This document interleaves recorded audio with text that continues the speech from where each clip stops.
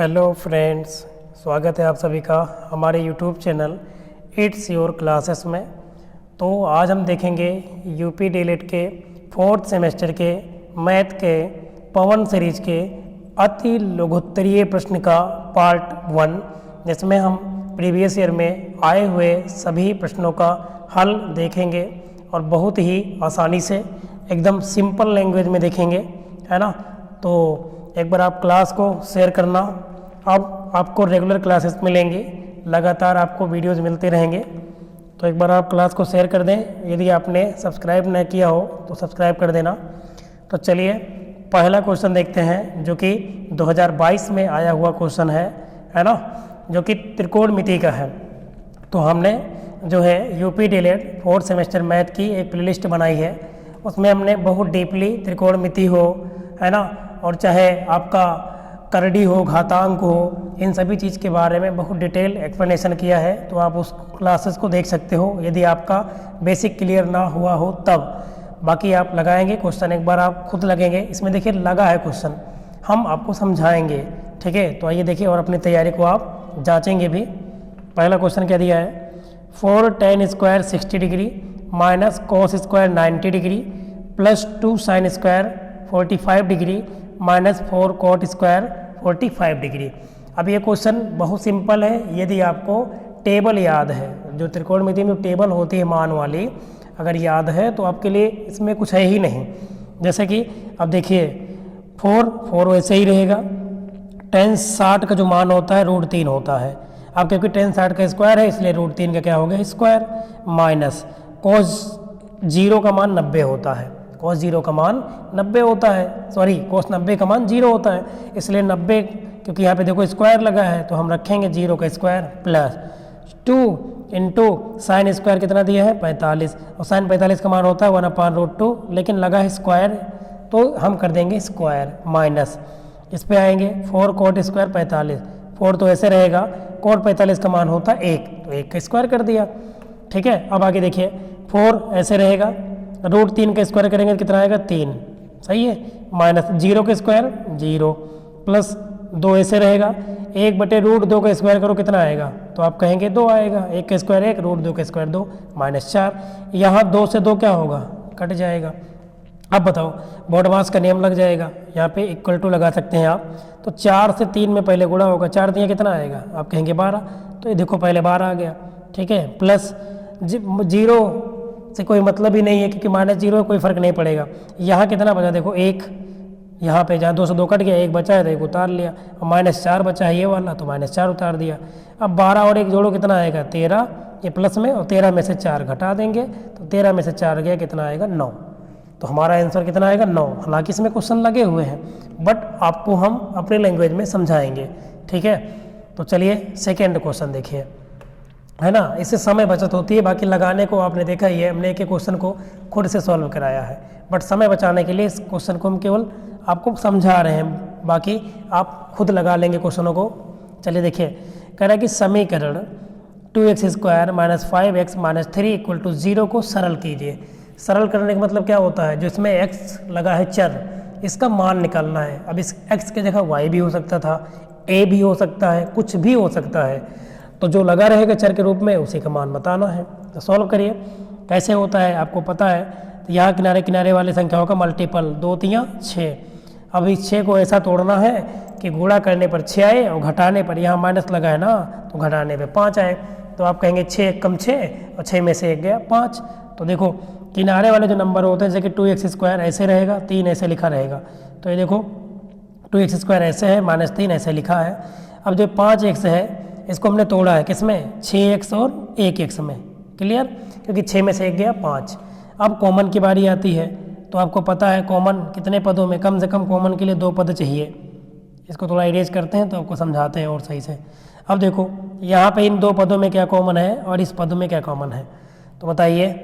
इधर कहोगे आप 2x स्क्वायर माइनस 6x में 2x कॉमन निकाल लेंगे हम, क्या बचेगा, यहाँ बचेगा x माइनस 2 3 6, 3 बचेगा।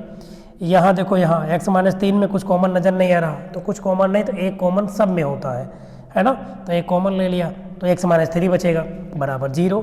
अब क्या करते हैं, इसके बाद जो कॉमन है उसको एक ब्रैकेट में, मतलब एक ब्रैकेट में x-3 लिख दिया जाएगा और दूसरे में क्या लिख देंगे 2x+1 जो बचा है, और बराबर किसके 0 के। सरल करो। अब देखो ये वाला और ये वाला दोनों मान बराबर किसके 0 के। तो एक बार आप इसको 0 मानो 2x+1 को, तो x का मान कुछ आएगा। ये देखो जब आप 2x+1 बराबर 0 मानेंगे तो बताइए x का मान कितना आएगा, -1/2 आएगा। ठीक है, ये देखिए कितना आएगा -1/2। और जब x-3 को 0 मानेंगे, x माइनस किसको मानोगे 3 बराबर 0, तो बताओ x का मान कितना आएगा, तब आएगा x का मान कितना 3, x का मान 3। तो लास्ट में लिख देंगे हल, क्योंकि सरल करने का मतलब होता है x का मान निकालना। तो हल में क्या लिखेंगे बताओ, जो दोनों उत्तर आए वही लिख दिया जाएगा।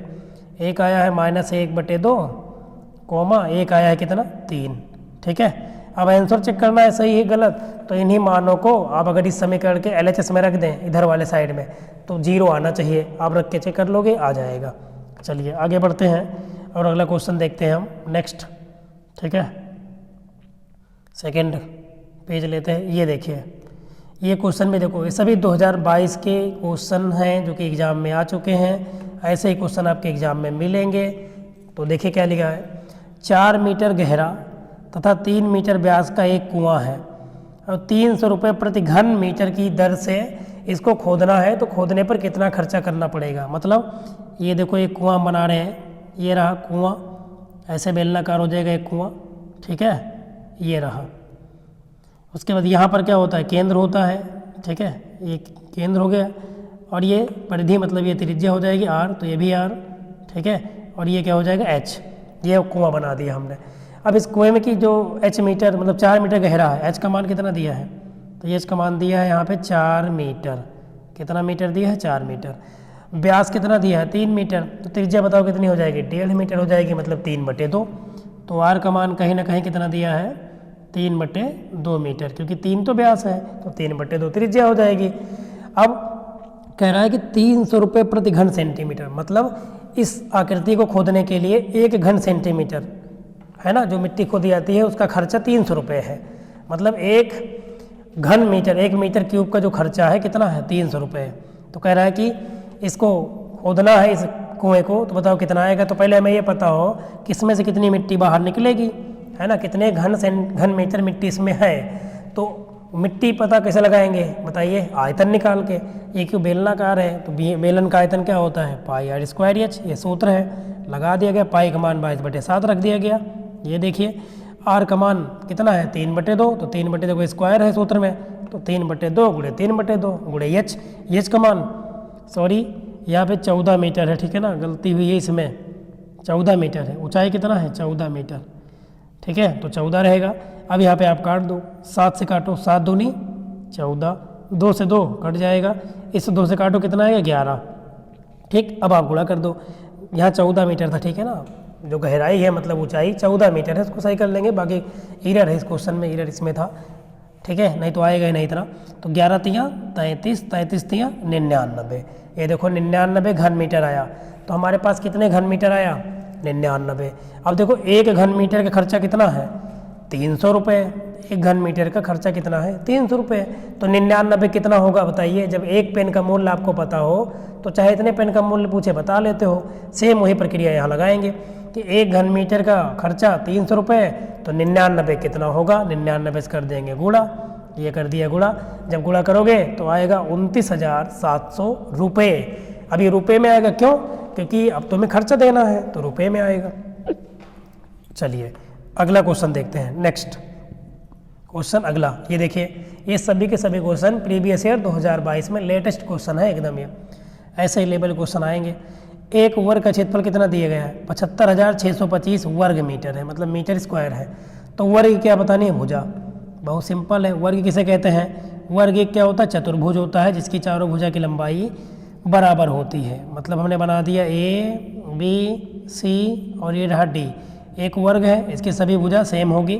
ठीक है, और ये प्रत्येक हर एक दो भुजा कितने डिग्री पर काटती है 90 डिग्री पर। ये वर्ग की प्रॉपर्टी है। और वर्ग के विकर्ण भी क्या होते हैं, बराबर होते हैं। ये सब आपको पता होगा।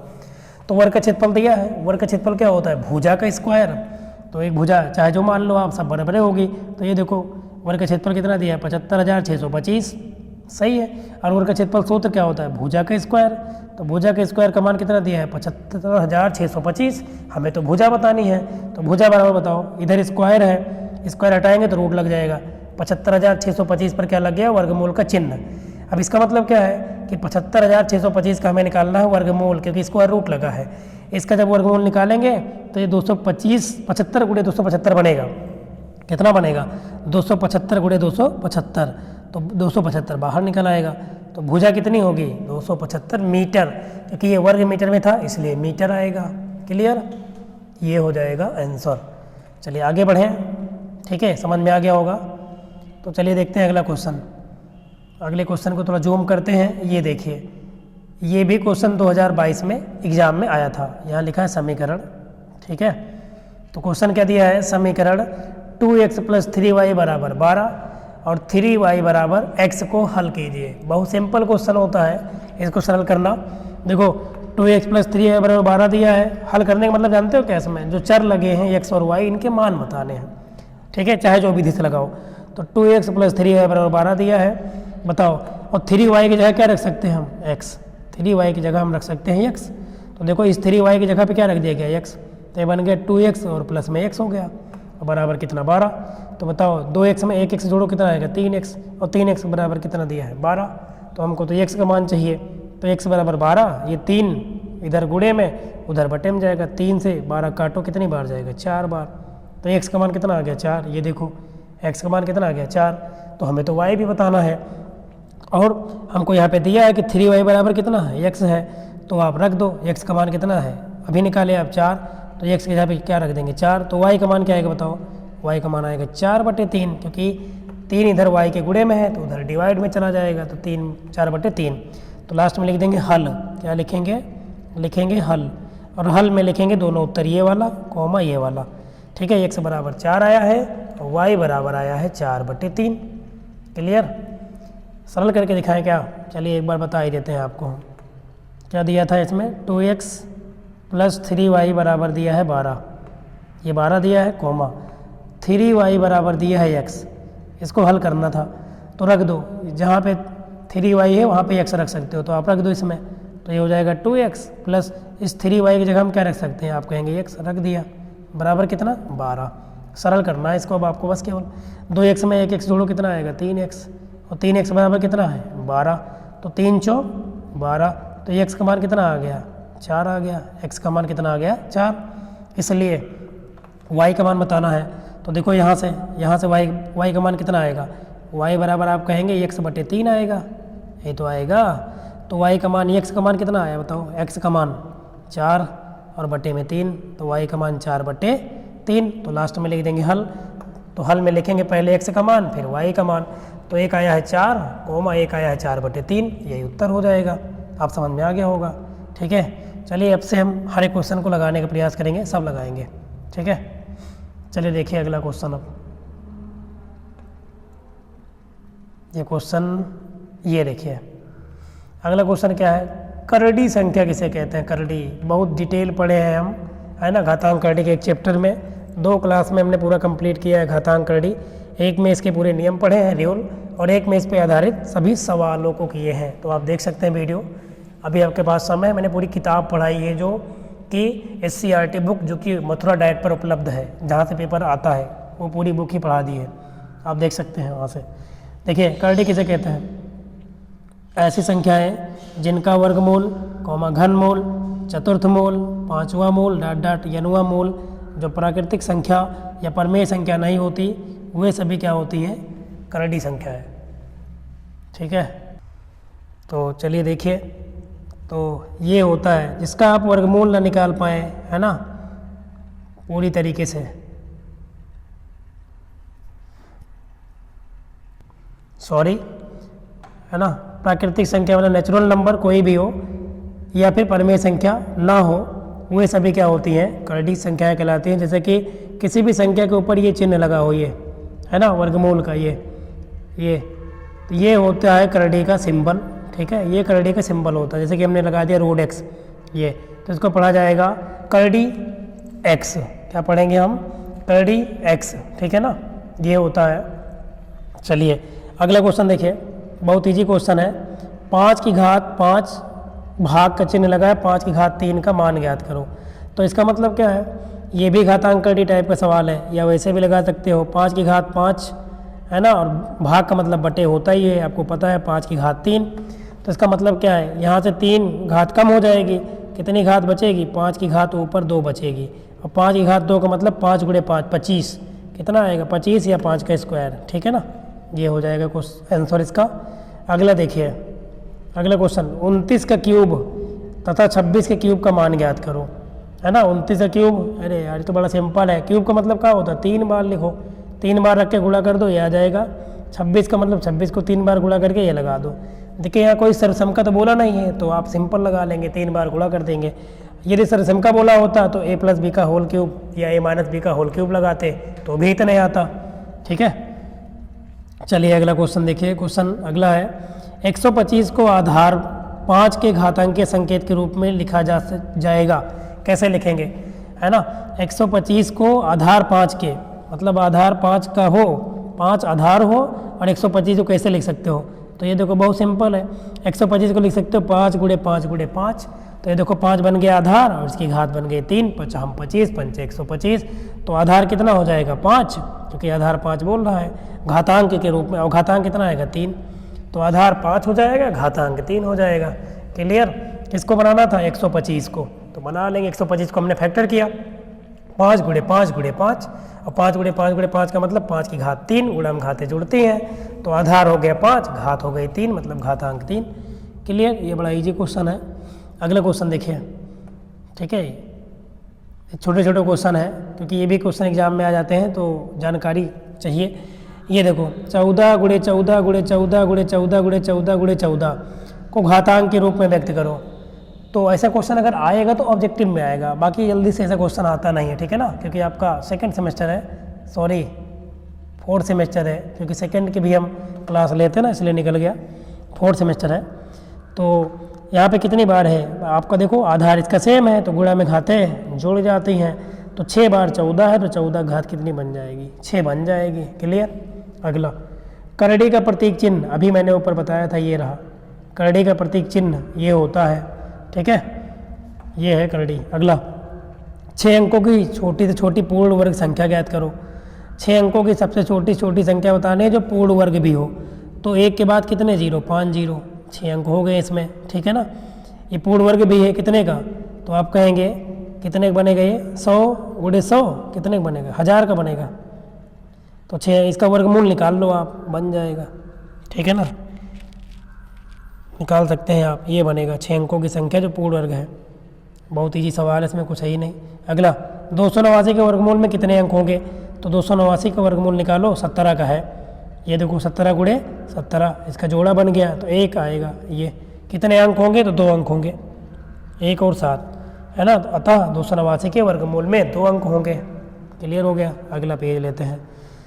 चलिए अगला देखते हैं, जल्दी इसको देखते हैं, उसके बाद फिर आते हैं क्वेश्चन पे जल्दी से। फिर पूर्ण वर्ग संख्याएं क्या कहलाती हैं। पूर्ण वर्ग संख्या किसे कहते हैं, तो किसी संख्या का अभाज्य गुणनखंडों के समान खंडों के जोड़े बनाने के बाद कोई अभाज्य गुणनखंड ना रहे तो वह संख्या पूर्ण वर्ग संख्या कहलाती है। जैसे कि 25 है, कितनी है 25, 25 में गुणनखंड करो 5 गुणे 5, है ना, तो इसको आप क्या लिख सकते हो 5 का स्क्वायर, और कोई संख्या बची नहीं, तो ये पूर्ण वर्ग संख्या है। 25 है, 36 है, ये सभी सभी संख्या 100 है, पूर्ण वर्ग संख्याएं होती हैं, ठीक है। अगला 27,000 पूर्ण घन है। क्या 27,000 पूर्ण घन संख्या है, तो पूर्ण घन संख्या या पूर्ण वर्ग संख्या बताने के लिए आपको गुणनखंड करना पड़ेगा, तभी बता पाएंगे आप। तो 27 को तोड़े 27,000 को, 2 गुणे 2 गुणे 2, 2 दूना 4 दूनी 8, 3 त्रिका 9 त्रिक 27, 50 25 पंचे 125 हो गया ना। घन है तो घन में 3 3 का जोड़ा बनता है। ये देखो इसका भी बन गया, इसका बन गया, इसका बन गया, और कोई भी संख्या शेष बची नहीं, इसलिए हाँ 27,000 एक पूर्ण घन संख्या है। क्लियर हो गया। वर्ग कहता तो 2 2 के जोड़े बनाने होते हैं, तो इसमें घन बोला है तो घन हो गया। अगला ये अपना चैनल है ना, इट्स योर क्लासेस, आप सब्सक्राइब कर सकते हैं यदि अभी तक नहीं किया तो, आपको हेल्प मिलती रहेगी एग्ज़ाम तक बहुत अच्छे से, है ना। अन्य सब्जेक्ट भी हम आपको देंगे बहुत जल्दी, ठीक है। समय मिल नहीं पाता बट कोशिश जारी रहेगी। देखिए अगला सबसे छोटी पूर्ण घन प्राकृतिक संख्या कौन है? सबसे छोटी पूर्ण घन पूछे चाहे पूर्ण वर्ग प्राकृतिक संख्या पूछे, क्या होगी? 1 होगी। 1, क्योंकि 1 का घन निकालो चाहे घनमूल 1 के आएगा, 1 का वर्ग निकालो चाहे वर्गमूल 1 के आएगा। तो 1 ऐसी संख्या है सबसे छोटी जो क्या है? पूर्ण घन है, चतुर्थ घन, चतुर्थ मूल भी है, सब मूल में आएगा। एक जो है सबसे छोटी एक पूर्ण घन प्राकृतिक संख्या आएगी। अगला, यदि किसी 3 सिक्कों को एक साथ ऊपर फेंका जाता है, कितने सिक्के? 3 सिक्के, तो कितने प्रकार की घटनाएं संभावित हो सकती हैं? तो इसका सूत्र होता है 2 की पावर n। क्या पढ़ा है? 2 की पावर n, ठीक है। और 2 की पावर n का मतलब n क्या है? कितनी बार फेंका गया? 3 बार। तो 2 की घात कितना हो जाएगा? 3। और 2 की घात 3 का मतलब 2 दूनी 4 दूनी 8। तो कुल कितनी घटनाएं संभावित होंगी? तो आप बताएंगे 8। क्लियर? चलिए अगला क्वेश्चन लेते हैं हम जल्दी से। ये देखिए, माध्यिका किसे कहते हैं? इसके तो एक क्लास बहुत डिटेल 2 क्लास में हमने बनाया है, एक में इसका बेसिक और दूसरे में क्वेश्चन पूरा कराया है। आप देख सकते हो, अभी आपके पास समय है ना, मिल जाएगा हमारे चैनल पर ही। देखिए माध्यिका किसे कहते हैं? माध्यिका बहुत सिंपल है, मैंने पढ़ाया है। यदि आंकड़े, जो भी आंकड़े दिए हों, उनको या तो हम आरोही क्रम में व्यवस्थित करें या अवरोही क्रम में। आरोही मतलब या तो उनको हम बढ़ते हुए क्रम में सेट कर दें या फिर घटते हुए क्रम में व्यवस्थित करें, तब जो बीच में आने वाला जो पद होता है, पद का मान, वही क्या होता है? माध्यिका। वही क्या होता है? माध्यिका। अब इसमें भी 2 प्रकार बनता है। अगर मान लो विषम संख्या गिनने में है 5 है, तो दो संख्या दोनों तरफ छोड़ो, जो बीच में आएगी वही उत्तर हो जाएगा। लेकिन अगर गिनने में सम संख्या हो, मान लो 6 संख्या आ जाए, तो उस समय 2 संख्या दोनों तरफ छोड़ोगे, जो बीच में दोनों संख्याएं आएंगी उनको जोड़ के 2 से भाग कर दोगे तो उसकी माध्यिका निकल आती है। ठीक है, हमने पढ़ा रखा है, आप क्लास देख सकते हैं, बहुत डिटेल से पढ़ाया हमने।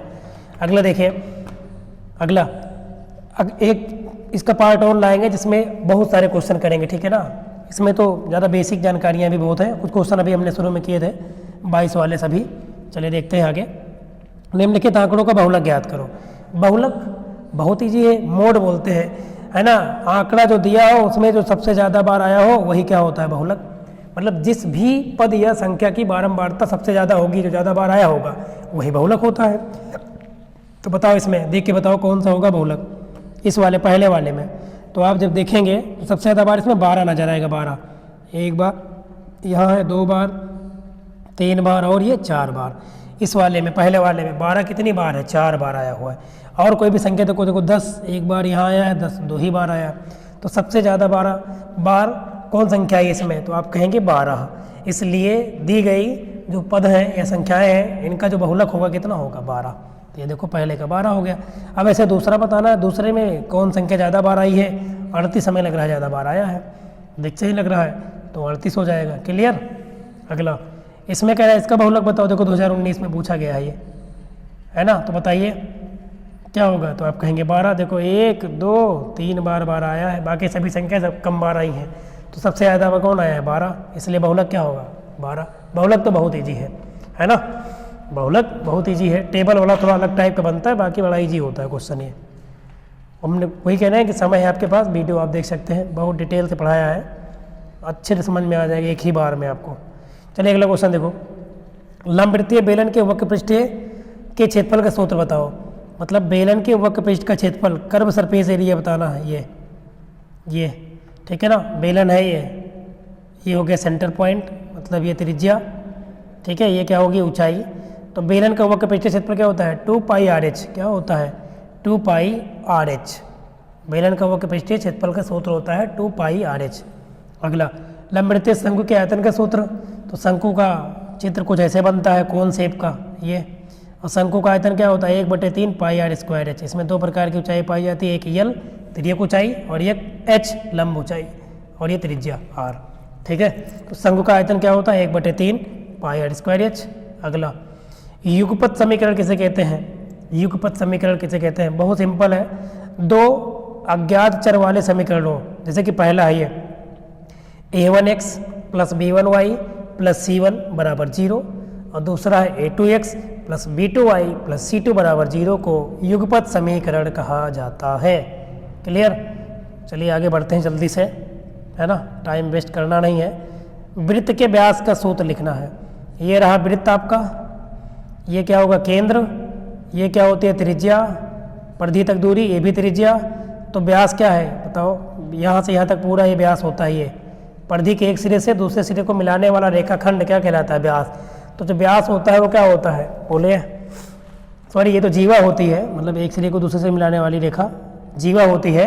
लेकिन जो केंद्र से होकर जाए वृत्त के, ऐसी जीवा जो परिधि के एक सिरे से दूसरे सिरे तक जाए लेकिन केंद्र से होकर जाए, वो क्या कहलाती है, व्यास।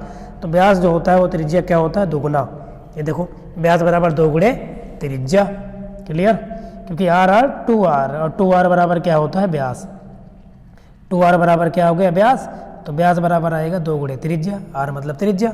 अगला वृत्त की परिधि का सूत्र, वृत्त की परिधि होता है 2πr, क्या होता है 2πr, पाई गुणे व्यास होता है वृत्त की परिधि का सूत्र, पाई गुणे व्यास, तो 2πr होता है। वृत्त की परिधि का सूत्र होता है 2πr, ये सबको आता होगा। ऐसे वृत्त का क्षेत्रफल होता है, तो वृत्त का क्षेत्रफल क्या होता है, πr², ठीक है ना। ये सब चीज़ें आप याद रखेंगे क्योंकि एग्जाम में कभी न कभी ये भी पूछ लेता है। अगला देखो जीवा किसे कहते हैं, वृत्त की जीवा क्या होती है, तो मैंने भी बताया था। ये देखो वृत्त है एक, ठीक है, ये सभी जीवाएँ हैं, ये देखो ये सभी जीवा, और वृत्त की सबसे बड़ी जो जीवा होती है वो उसका व्यास होती है। तो जीवा एक ऐसा रेखाखंड होता है जिसके दोनों सीमांत बिंदु पर स्थित हो, मतलब परिधि पर स्थित हो, जिसके दोनों सिरे, जैसे कि ये वृत्त है, फिर से देखें आप, ये पूरा परिधि के एक सिरे से दूसरे सिरे को मिलाने वाली जो रेखा है ये जीवा है, ठीक है ना। और सबसे बड़ी जीवा जो कि वृत्त के केंद्र से होकर जाती है उसे हम कहते हैं वृत्त का व्यास, पूछ लेता है कभी कभी ये। अगला वृत्त का व्यास क्या है, ये देखो, तो व्यास वह जीवा है जिसमें वृत्त का केंद्र स्थित हो। तो व्यास किसे कहते हैं, वृत्त की ऐसी जीवा जो वृत्त के कहाँ से होकर जाए, केंद्र से होकर जाए, दोनों परिधि को मिलाए, वो रेखा क्या कहलाती है, वो कहलाती है जीवा, ठीक है ना, व्यास। तो व्यास बराबर होता है 2 गुणे त्रिज्या, अभी पढ़े थे, क्योंकि त्रिज्या जो होती है आधी होती है व्यास की, तो व्यास क्या होगा, त्रिज्या का दुगुना होगा। अगला वर्ग क्या है, बहुत सिंपल है। वर्ग क्या होता है, चतुर्भुज आकृति होती है, मैंने अभी बताया था ऊपर ही, ये है ना, जिसके प्रत्येक कोण क्या होते हैं, समकोण, चारों के चारों। और ये क्या होता है, एक चतुर्भुज होता है, ये रहा, ठीक है। इसके विकर्ण भी बराबर होते हैं। तो ये देखो वर्ग एक आयत है जिसकी 2 क्रमागत भुजाएं क्या होते हैं, बराबर, मतलब है कि सभी भुजा बराबर होती है। आप ऐसे लिख सकते हो कि वर्ग एक ऐसा चतुर्भुज होता है जिसकी चारों भुजा की लंबाई बराबर होती है तथा प्रत्येक कोण 90 डिग्री के होते हैं और सभी आंतरिक कोणों का जोड़ कितना होता है, 360 डिग्री। और वृत्त के विकर्ण भी बराबर होते हैं। ये भी सब चीज़ें आप लिख सकते हो वर्ग के बारे में। सॉरी, बहुत ज़्यादा इधर उधर आज बोल निकल जा रहा है, चलिए जल्दबाजी में ही होता है। किसी चतुर्भुज की समांतर भुजाओं का प्रत्येक युग्म परस्पर समांतर हो तो उसे क्या कहते हैं, उसे कहते हैं समांतर चतुर्भुज। ये समांतर चतुर्भुज ये है। समांतर चतुर्भुज कैसे होता है, आयत की तरह होता है देखने में, जैसे कि ये वाली भुजा बराबर होगी, इधर ये और ये बराबर और समांतर होगी, ठीक है ना। लेकिन प्रत्येक कोण इसके 90 डिग्री नहीं होते हैं, लेकिन 360 सभी कोणों का जोड़ होता है। अगला चलिए देखिए, अगला कह रहा है कि आयत का प्रत्येक कोण कितने डिग्री का होता है, तो आयत का प्रत्येक कोण 90 डिग्री का होता है। आयत का एक चतुर्भुज है जिसका भी प्रत्येक कोण कितना होता है, 90 डिग्री का, ठीक है। आयत के विकर्ण भी क्या होते हैं, बराबर होते हैं। जैसे कि यहाँ पे हमने बना दिया ABC और D, यह एक आयत है। आमने सामने एक भुजा क्या होती है, बराबर होती है। ये आयत के विकर्ण भी बराबर होते हैं, ठीक है। ये चीज़ें हैं। आयत के प्रत्येक कोण 90 डिग्री। अगला चतुर्भुज के अंतः कोणों का योग कितना होता है, देखो ये भी चतुर्भुज है, आयत भी तो एक चतुर्भुज है। कोई भी चतुर्भुज हो, कैसे भी साइज का हो, है ना, किसी भी रूप का हो, उसके सभी अंदर वाले कोणों का जोड़ होता है 360 डिग्री। तो याद रखना, चतुर्भुज के अंतः कोणों का योग कितना होता है, 360 डिग्री। अगला चक्रीय बिंदु को समझाइए। चक्रीय बिंदु क्या होते हैं, ये एक वृत्त पर स्थित ये चतुर्भुज के ये चारों शीर्ष जो स्थित हों, ये होते हैं चक्रीय बिंदु। जैसे कि ABCD, ये वृत्त के कहाँ स्थित हैं, परिधि पर। तो ऐसे बिंदु जो कहाँ स्थित हों, चतुर्भुज के ऐसे बिंदु जो वृत्त के परिधि पर स्थित हों, वो क्या कहलाएंगे, बताइए, चक्रीय बिंदु कहलाते हैं। अगला क्वेश्चन, अगला देखिए, संख्याएं 1, 0, 5, 0, 7, 0, 8, 9 का बहुलक ज्ञात करो। 16 में आया था, देखो इसमें तो आप कहेंगे 0 सबसे ज़्यादा बार आया है ना। इस दिए गए आंकड़े में 0 ज़्यादा बार आया है, इसलिए बहुलक क्या हो जाएगा, 0। बहुलक क्या हो जाएगा, 0। चलिए अगला देखते हैं हम। कह रहा है 125 गुणे रूट के अंदर 343, ठीक है, का मान बताना है। ये गलत लिखा है, ये क्वेश्चन ही गलत लिखा है, ये ऐसे नहीं रहना चाहिए था, ये ऐसे होगा रूट के अंदर कितना, रूट नहीं घनमूल होगा यहाँ पे। अच्छा लिखा सही है, रुक जा हम बताएं कहाँ गड़बड़ है इसमें। इसमें क्यूब रूट चाहिए था, यहाँ पे क्या लिखा होना चाहिए था, क्यूब रूट। ठीक है, एग्जाम में गलत नहीं छप के आता, इसमें गलत छपा, 3 रहेगा यहाँ पे। इसका मतलब क्या निकालना है, घनमूल इस संख्या का। तो 25 के कितना, 125 के कितना 5, मतलब 3 बार। 125 को आप लिख सकते हो 5 गुणे 5 गुणे 5, तो एक 5 बाहर निकल आएगा। और 343 को लिख सकते हो 7 गुणे 7 गुणे 7, तो एक 7 निकलेगा। तो 5 गुणे 7 कितना आएगा, 35, और यही हो जाएगा आपका आंसर। क्लियर। चलिए अगला पेज, लास्ट पेज है। ठीक है, अगला जो पार्ट लाएंगे ना उसमें बहुत ही बेहतरीन क्वेश्चन, थोड़ा सा लंबी क्लास होगी, उसमें सवाल होंगे। इसमें पूरा ये सीरीज है, आपको पता है, तो सीरीज में जो है हमें पढ़ाना ही पड़ेगा, इसलिए है ना, सीरीज की डिमांड ज़्यादा रहती है तो बहुत ज़रूरी है। चलिए देखिए ये क्या दिया है, 9/49 मतलब 9/49 a square minus 4b square. तो इसको क्या लिख सकते हो बताओ, अगर देखो 9/49 को लिख सकते हो 3/7 और a, इसका क्या होल स्क्वायर। जब स्क्वायर करोगे तो 3 का स्क्वायर 9 आएगा, 7 का square 49, a square minus 4b square को क्या लिख सकते हो आप, 2b का स्क्वायर। क्या लिख सकते हो, 2b का स्क्वायर। ऐसा लिखने से क्या फ़ायदा हुआ, ये पूरा बन गया a, तो a का स्क्वायर माइनस b का स्क्वायर। और ये क्या होता है आप पढ़े होंगे, एक ब्रैकेट में होता है a प्लस बी और एक ब्रैकेट में होता है a माइनस बी। ठीक है, इसमें डायरेक्ट किया होता है। तो अब आप लिख के देखो अपने अकॉर्डिंग, a का मान कितना है तो आप कहेंगे 3/7 a है, a हो गया, प्लस b का मान कितना है तो आप कहेंगे 2b, तो a प्लस बी और इनटू अगले ब्रैकेट में क्या हो जाएगा, यही चीज़ माइनस में, मतलब 3/7 a और माइनस कितना 2b, ये आएगा। ये देखो इसमें डायरेक्ट लगा दिया। ठीक है, ये हो गया। 2016 में क्वेश्चन पूछा भी गया है। अगला, समचतुर्भुज के क्षेत्रफल का सूत्र बताओ। अब समचतुर्भुज क्या होता है, समचतुर्भुज लाइक क्या होता है, स्क्वायर मतलब वर्ग की तरह होता है, बट इसके जो विकर्ण होते हैं वो बराबर नहीं होते हैं। बट जो विकर्ण होते हैं एक दूसरे को समद्विभाजित करते हैं, मतलब यहाँ पे ऐसे। ठीक है, 90-90 डिग्री पर काटते हैं यहाँ पे, और इसकी सभी भुजा बराबर होती है, वर्ग की तरह होता है, लेकिन वर्ग के प्रत्येक कोण 90 होते हैं, बट इसके प्रत्येक कोण 90 डिग्री नहीं होते। लेकिन जो इसके विकर्ण हैं, जैसे कि एक विकर्ण ये एक दूसरे को 90 डिग्री पर परिच्छेद करते हैं, ये है इसका गुण। तो इसका जो सूत्र होता है समचतुर्भुज का, वो होता है 1/2 विकर्णों का गुणनफल। मतलब ये देखो 1/2 d1 गुणे d2, और d1 क्या है, डायगोनल वन मतलब पहला विकर्ण, और d2 क्या है, दूसरा विकर्ण, और दोनों का गुणा। तो समचतुर्भुज का क्षेत्रफल होता है 1/2 विकर्णों का गुणनफल। चलिए अगला, और ये लास्ट क्वेश्चन है आज का। ठीक है, क्या दिया है, यदि वृत्त का व्यास 14 सेंटीमीटर है तो वृत्त की परिधि ज्ञात करें। चलिए इसको समझाते हैं, इरेज कर दें, करते हैं। ये रहा एक वृत्त। ठीक है, वृत्त का व्यास दिया है, बेस ये होगा जो कि केंद्र से होकर जाएगा, केंद्र O है मान लिया, यहाँ A है और यहाँ क्या है B। ये पूरा कितना दिया है, 14 सेंटीमीटर। कितना दिया है, 14 सेंटीमीटर। तो त्रिज्या कितनी होगी, व्यास की आधी 7 होगी। तो परिधि के सूत्र क्या होता है, 2πr। वृत्त की परिधि के सूत्र 2πr। तो 2 पाई का मान 22/7, r का मान 7, 7 से 7 कटेगा, 22 दूना 44 सेंटीमीटर, क्योंकि सेंटीमीटर में दिया है। तो कितना आ जाएगा, 44 सेंटीमीटर। तो आशा करता हूँ आपको हमारा समझाने का तरीका अच्छा लगा होगा, समझ में आया होगा। ठीक है ना, इसमें बहुत ज़्यादा क्वेश्चन तो नहीं थे, लेकिन जो थे अच्छे थे। बेसिक पढ़ना इसका बहुत ज़रूरी था। इसमें बेसिक आपने बहुत चीज़ पढ़ा कि वृत्त की जीवा क्या है, वृत्त का व्यास क्या है, वर्ग क्या है, समांतर चतुर्भुज क्या है, समचतुर्भुज क्या है ना, इसके क्षेत्रफल का सूत्र क्या है, वक्र पृष्ठ पढ़े आप, बेलन का पढ़े आप, शंकु का पढ़े आप, आयतन क्या होता है, युगपथ समीकरण क्या होता है, वृत्त के व्यास और त्रिज्या में रिलेशन क्या होता है, ये आपने पढ़ा। मतलब काफ़ी चीज़ें आपने पढ़ा इस वीडियो में। ठीक है, तो आशा करता हूँ समझ में भी आया होगा अच्छे से। ये इसमें आपने माध्यिका भी पढ़ा कि माध्यिका क्या होती है। तो मैंने बताया माध्यिका क्या होती है, जब आंकड़े जो दिए हों उनको या आरोही क्रम या अवरोही क्रम में व्यवस्थित कर दें, तो जो बीच का जो मान आता है वही मान क्या होता है, माध्यिका होता है। ठीक है ना, तो ये सब चीज़ें आपने पढ़ा और आशा करता हूँ समझ में भी आया होगा। क्वेश्चन भी 2-4 क्वेश्चन पढ़े जो 22 में आए थे, लगभग सभी क्वेश्चन आपने अति लघु उत्तरीय वाले पढ़े। कहाँ आए थे, जो 22 में। ठीक है, और इसके पहले भी हमने वीडियो बना रखी है, एक मैराथन क्लास भी छोड़ रखी है अभी, है ना, जिसमें हमने मिक्सअप क्वेश्चन अपने अकॉर्डिंग बहुत अच्छे क्वेश्चन कराए हैं। आप वीडियो को देख सकते हैं।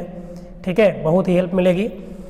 तो यहीं तक क्लास को रखते हैं आज, मिलेंगे आपसे बहुत जल्द नेक्स्ट पार्ट में, और अगले वाले पार्ट में हम लगभग सभी अति लघुत्तरीय प्रश्न को कर लेंगे। ठीक है, तो इसको आप तैयारी करना, 1-2 बार आप वीडियो देखना, बहुत अच्छे से तैयार हो जाएगा। कोई दिक्कत होगी तो जो है हम आपको टेलीग्राम का लिंक दे देंगे, आप कोई भी क्वेश्चन देंगे, है ना, कोई भी डाउट होगा क्वेश्चन में आपके, तो हम उसको सॉल्व कराएंगे। ठीक है, 1-2 जगह हमने प्रोनाउंसिएशन में हो सकता है गलती हो गई हो, तो उसके लिए सॉरी है। बाकी क्लास बहुत अच्छी रही। ठीक है, आप देखना 1 से 2 बार, बहुत बेहतरीन समझ में आएगा। और हमने, हाँ मैंने बताया है, प्लेलिस्ट बनाई है, आप टॉपिक को जरूर देख लेना, जैसे कि त्रिकोणमिति हो गया, घातांक करडी हो गया, है ना, उसके बाद बारंबारता है, मातिका है, ये सब पढ़ा रखे हैं, तो उसको आप देख लेना, ताकि आपकी तैयारी अभी आपके पास है 15 से 20 दिन, अच्छे से तैयारी आप कर सकते हैं। दिसंबर में एकदम एग्ज़ाम तय है, 100% होगा, तो आप तैयारी में लगे रहें, क्योंकि समय बिल्कुल भी नहीं है। चलिए मिलते हैं आपसे, आप लगातार हमसे कनेक्ट रहें, इसके लिए आप सभी का बहुत बहुत धन्यवाद।